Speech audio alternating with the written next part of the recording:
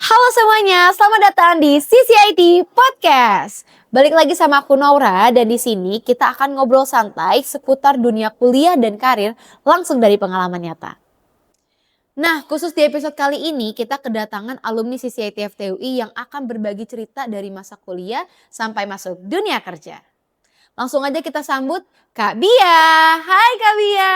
Hai teman-teman CIT semua, namaku Bia, aku angkatan 2019 dari CIT ya, pasti jadi alumni CIT.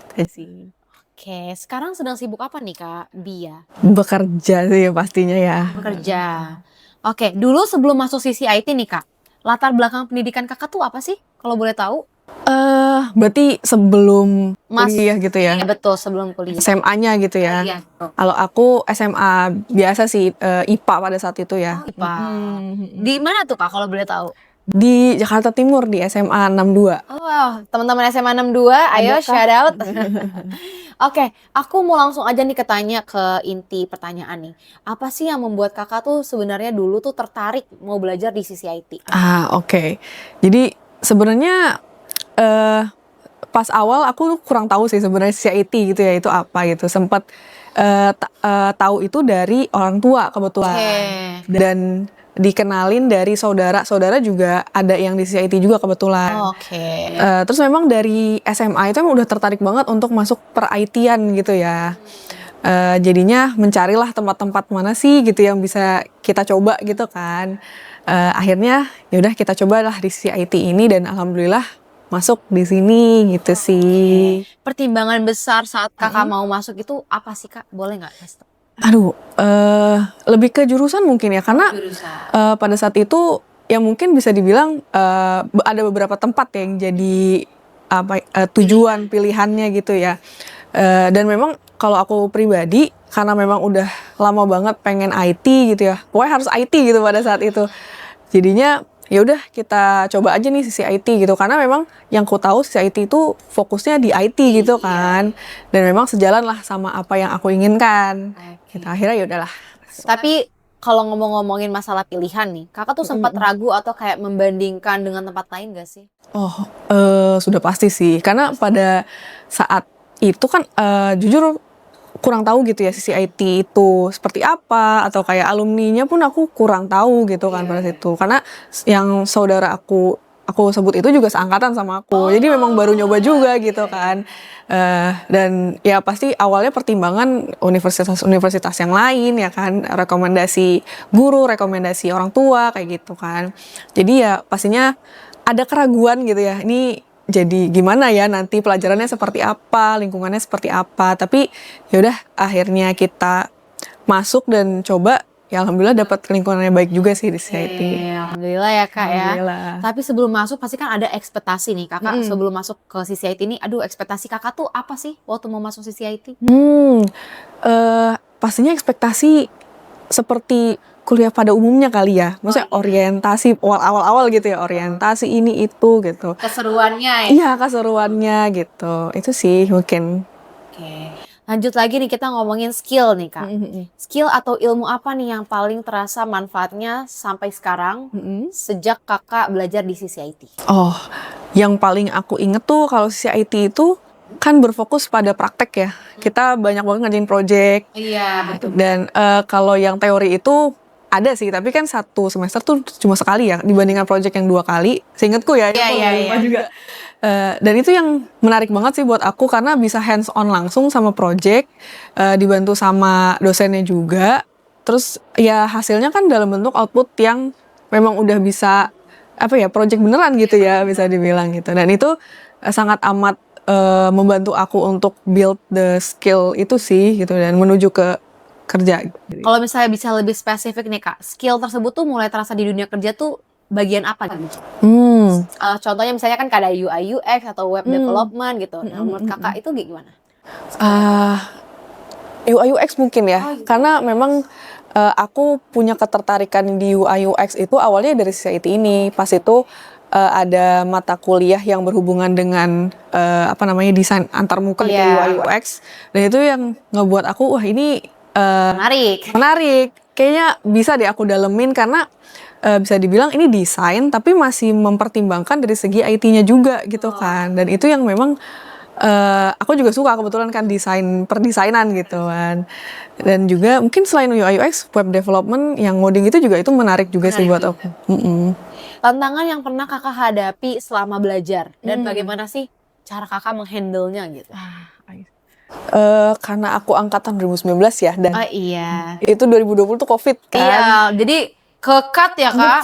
Betul. Jadi udah seru-serunya nih semester 1 setahun gitu kan, offline ketemu teman baru gitu kan. Terus harus 2020 ternyata COVID, harus online gitu ya. Itu sebenarnya tantangan terbesar buatku sih, karena kan pasti serunya tuh kalau kuliah, kalau belajar tuh offline ya, ketemu teman, apalagi ada proyekan yang mana bisa diskusi bareng tuh lebih enak gitu kan. Dan ini terpaksa harus online. Nah, itu tantangan terbesar juga sih. Tapi untuk melalui itu alhamdulillahnya kan ada Google Meet, ada Zoom gitu ya, yang bisa membantu kita buat tetap berkomunikasi, tetap ngerjain project bareng gitu kan. Kita bisa share screen atau lain-lain itu. Serunya di situ ya? Serunya di situ sih. Lainnya ya. Tapi apa sih yang membuat kakak bertahan di situasi saat itu? Maksudnya ibaratnya kakak kan kehilangan momen masuk kampus gitu ya di saat itu. Tapi apa yang buat kakak kayak bertahan dengan situasi saat itu? Mungkin materi-materinya ya, maksudnya karena menarik, dan proyekan ini kan kalau nggak diselesain sampai habis tuh kayaknya ya tanggung banget gak sih gitu ya. Walaupun harus begadang gitu-gitu ya, tapi ngerjain bareng teman sekelompok dan harus presentasiin itu sebenarnya ya itu seru juga gitu. Nah, setelah lulus nih kak, sekarang kakak tuh kerja di bidang apa sih kalau boleh tahu, dan sebagai apa? Oke, tadi aku sempat bilang UI UX ya, aku tertariknya. Sebenarnya sekarang agak jauh sih, karena aku sekarang lebih ke data. Mungkin jatuhnya kayak data analis gitu kali ya. Terus job desk utama kakak dalam bekerja sekarang ini apa kalau boleh tahu? Biasanya aku tuh lebih ke menganalisa data, kayak ngebuat dashboard gitu ya, monitoring data. Kalau ada data-data yang kotor atau data-data yang memang perlu diperbaiki, di cleansing gitu ya, itu bisa dari tim data dari aku gitu ya, untuk mengkomunikasikan ke tim IT gitu untuk memperbaiki, seperti itu. Lebih banyak itu sih, kayak monitoring data dan juga dashboard untuk pimpinan biasanya gitu. Tadi kan kakak bilang nih, ini kan jauh dari yang skill yang utama tadi kakak bilang tuh UI UX. Tapi apakah bidang ini tuh salah satu rencana awal kakak gitu menjadi data analis ini? Iya, sejujurnya kan IT luas banget ya. Betul. Nggak cuma ngoding, nggak cuma berkaitan dengan data ataupun desain gitu ya.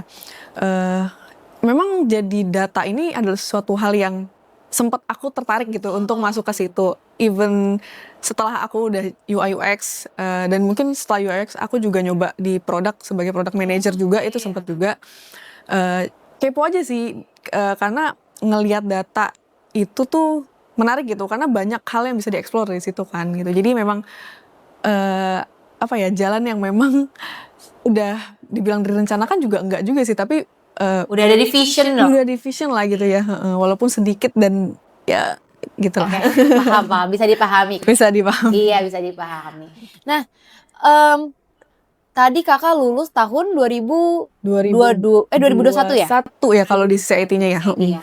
Berarti kakak ngambil kan AU ya? Berarti lulusnya dari tahun 2023 kalau sama 23. Oke. ayunya.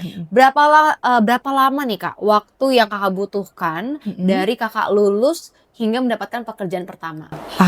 Oke. Boleh juga diceritakan mungkin magangnya, itu pekerjaan pertama ya? Betul. Itu salah satu hal yang berkesan juga dari CIT yang mewajibkan kita untuk magang gitu ya. Karena di situ setelah kita udah banyak ngerjain project, udah hands on langsung gitu sama project, tapi kan pasti beda ya sama kerjaan langsung sama gitu dunia ya. kerja pasti beda. Betul. Nah itu juga dimana aku masuk ke dunia baru gitu ya, si magang ini.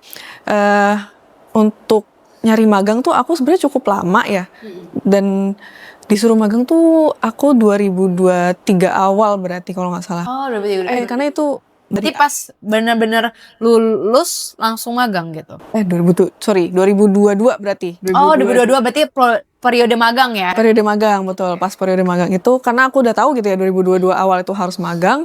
Sebelum kayak 6 bulan sebelumnya mungkin ya, itu aku udah mulai cari-cari, apply.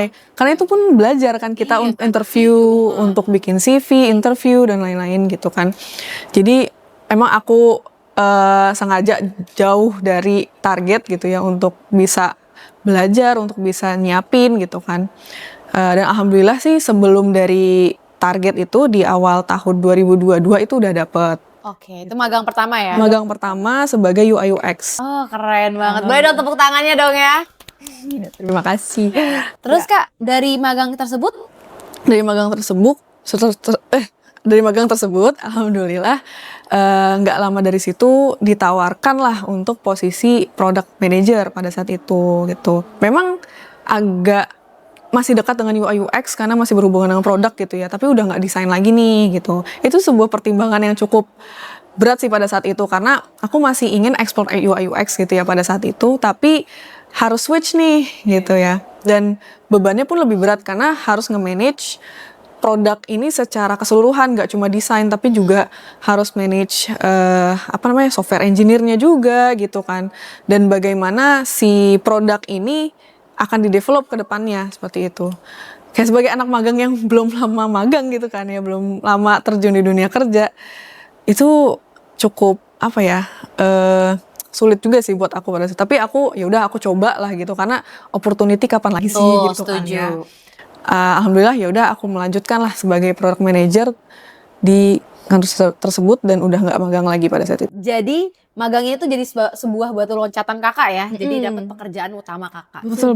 Berarti nggak ada jeda ya Kak. Berarti langsung ya dari magang ini langsung naik ke product manager tadi ya. Betul. Keren banget sih, Alhamdulillah. Masya Allah. Tapi Kak, apa sih kesulitan terbesar saat mencari kerja? Kita ngebahas mencari kerja nih. Menurut Kakak ada kesulitan nggak dari pengalaman Kakak? Oh pastinya interview kali ya. Karena walaupun sebenarnya di sisi IT juga kita tiap semester pasti presentasi kan, bicara di depan umum gitu ya. Tapi kan beda banget nih rasanya pas interview dengan HRD gitu ya, sama apalagi harus interview sama mungkin kalau startup gitu banyak kan sama CEO langsung kayak gitu kan. Itu tuh rasanya beda lah gitu, dan kita harus nyiapin gimana caranya mereka tertarik sama kita, skill kita gitu yang harus di highlight lah gitu ya, dan juga mungkin portofolio kita yang harus diperbagus lagi gitu kan. Itu sih tantangan terbesar menurut aku, karena bikin portofolio itu nggak mudah dan harus ada mood tertentu gitu ya. Biar hasilnya sesuai dengan jati diri kita gitu ya, merepresentasikan diri kita gitu. Betul sekali. Ya. Tapi Kak, kan Kakak berarti kan sekarang tuh pekerjaannya bukan pekerjaan yang awal dong, bener ya? Betul. Sempet gak sih mengalami penolakan gitu? Penolakan, maksudnya kayak dalam diri gitu ya? Karena penolakan dari perusahaan. Oh, sudah pasti dong. Oh, sudah pasti. Boleh di-share mungkin ke teman-teman? Sudah pasti. Pas magang aja itu kan cukup lama tuh, aku mungkin 6 bulan kayaknya, pokoknya sekitar 6 bulanan gitu ya untuk bisa dapetin magang akhirnya gitu. Ya cukup banyak interview yang aku coba, dari mulai dari cuma apply aja, itu nggak dikontak, ataupun wawancara pertama terus abis itu nggak dilanjut, sampai ada juga yang wawancara sampai CEO-nya itu tapi ya nggak dilanjut, itu juga ada juga gitu kan. Tapi ya udah gitu, maksudnya itu emang harus mencoba terus kan, proses, dan pasti memperbaiki diri dari yang sebelumnya, seperti itu. Nah teman-teman jangan worry ya. Kalau misalnya belum dipanggil, nih lihat Kakak di sini. Dia udah mendapatkan pekerjaan utama tapi melewati banyak rintangan. Betul. Bisa dihitung kan mungkin puluhan atau lebih ratusan atau bahkan ribuan nih. Ribuan mungkin nggak ya. Ya alhamdulillahnya gitu ya. Tapi pastinya banyak sih sebelum itu ya. Keren banget. Oke Kak, lanjut aja kita ke pertanyaan selanjutnya. Seberapa besar nih peran sisi IT dalam membantu Kakak mendapatkan pekerjaan sekarang? Oke. Peran sisi IT cukup besar sih pastinya ya, karena skill dan pengalaman juga gitu ya yang aku dapati itu kan cukup banyak gitu kan, dari sisi IT, dari yang tadi aku juga udah sebut, banyak project, skill untuk presentasi, ngomong depan orang, dan banyak hal lain lah gitu, soft skill, hard skill gitu kan. Itu kan banyak ya yang aku dapetin dari sisi IT. Pasti itu berperan penting banget buat aku yang pada saat itu mencari kerja gitu kan. Dan sampai saat ini aku kerja pun masih terngiang juga matkul-matkul yang aku selama ini pelajarin gitu kan. Jadi pastinya besar sih. Apa ada program atau pengalaman tertentu nih Kak yang sangat membantu Kakak nih di titik sekarang? Program sebenarnya lebih ke mata kuliah kali ya kalau aku ya gitu. Kayak contohnya tadi yang mata kuliah desain UI UX itu ya yang ngebuat aku jadi terbuka sama dunia UI UX dan terinspirasi untuk bisa jump in ke situ. Tapi Kak, ada nggak sih networking dari sisi IT yang menjadi suatu pengaruh gitu dalam Kakak mencari pekerjaan? Mungkin dari segi teman gitu ya kali ya, karena memang banyak teman yang juga ngasih info terkait oh bisa nih coba di magang di sini, terutama pas zaman-zaman nyari magang gitu ya. Itu kan kita pasti bareng-bareng, coba deh di sini bareng kayak gitu kan. Jadinya pastinya itu sih networking itu. Oke Kak, next question. Apakah materi yang dipelajari sisi IT relevan dengan pekerjaan Kakak sekarang? Sangat relevan sih. Sangat relevan. Sangat relevan sih. Memang untuk data ya, karena aku juga pasti belajar terkait data, query database dan ya macam-macamnya lah itu. Itu sangat amat. Materi apa sih Kak yang paling sering digunakan di situ?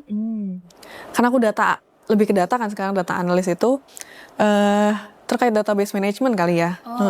Query terus untuk untuk manage data supaya lebih efisien, efektif lagi seperti itu sih. Tapi ada nggak sih Kak hal baru yang Kakak pelajari tapi pas masuk di pekerjaan tersebut?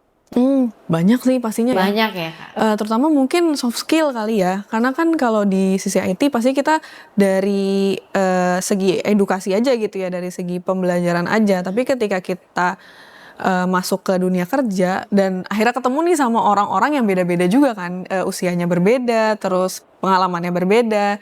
Itu yang satu hal yang menurut aku cukup Baru. cukup baru, nggak cukup baru, baru banget ya buat aku. Dan bermanfaat banget untuk di dunia kerja. Tapi ya itu jam terbang kali ya, emang harus dicoba, harus langsung terjun ke situ. Oke, nggak sadar, nggak berasa udah ada kali 16 menit kita ngobrol loh Kak. Nah terakhir nih Kak, apa sih pesan Kakak untuk teman-teman yang sedang mempertimbangkan untuk belajar di sini, di CCIT FTUI? Buat teman-teman yang mempertimbangkan di CIT, bisa coba terjun dulu kali ya, gimana ya? Karena CIT banyak banget pembelajaran yang memang relate sama dunia kerja, terutama teman-teman yang tertarik banget di bidang IT, di bidang yang berhubungan dengan sistem informasi ataupun teknologi gitu ya, dimana sekarang udah sangat canggih kan pastinya ya, ada AI dan lain-lain gitu kan, dan kita nggak boleh kalah lah sama AI. Jadi bisa lah dieksplor nih CCIT ada apa gitu kan, informasinya banyak ya teman-teman semua. Dan di CCIT nggak cuma pembelajaran teori aja, kita ada project, ada hal-hal yang bisa langsung diterapkan gitu ya, nggak cuma belajar teori aja. Jadi silahkan. Good luck. Good luck ya, good luck. Oke Kak, sebelum kita tutup nih Kak, aku ada pertanyaan dari aku sendiri nih Kak. Oke, boleh. Apa sih Kak hal yang harus dipersiapkan sebelum masuk CCIT, dan menurut Kakak siapa nih yang cocok masuk di CCIT? Oh, yang dipersiapkan ya. Karena CCIT setauku ada beberapa jalur ya. Ada yang rapot, ada yang tes juga kan. Jadi pastinya belajar sih ya, pasti ya. Belajar dan menyiapkan nilai rapot. Mungkin teman-teman yang masih kelas 1 atau kelas 2 bisa disiapkan nilai-nilainya untuk bisa lebih baik lagi. Agar bisa masuk jalur rapot mungkin. Betul, nah itu enak banget tuh kalau nggak perlu tes kan gitu. Tapi kalau memang harus tes, bisa dipelajari lagi pelajaran-pelajaran yang memang ada di tesnya. Terus untuk yang cocok ya, yang cocok di CIT, teman-teman yang tertarik di IT sih, kayak itu akan lebih seneng untuk menjadi pembelajaran-pembelajaran di CCIT gitu. Dan juga kan CCIT prakteknya 90%, teori 10%. Betul. Cocok nih buat teman-teman yang suka terjun langsung ke dunia IT. Betul sekali. Baik, Kak Dia, terima kasih banyak atas waktunya udah mau Sama-sama. sharing dan ngeluangin waktu buat kita. Semoga pengalaman ini bisa bantu teman-teman semua yang sedang mempertimbangkan langkah untuk kedepannya. Sampai jumpa di episode selanjutnya. Dadah!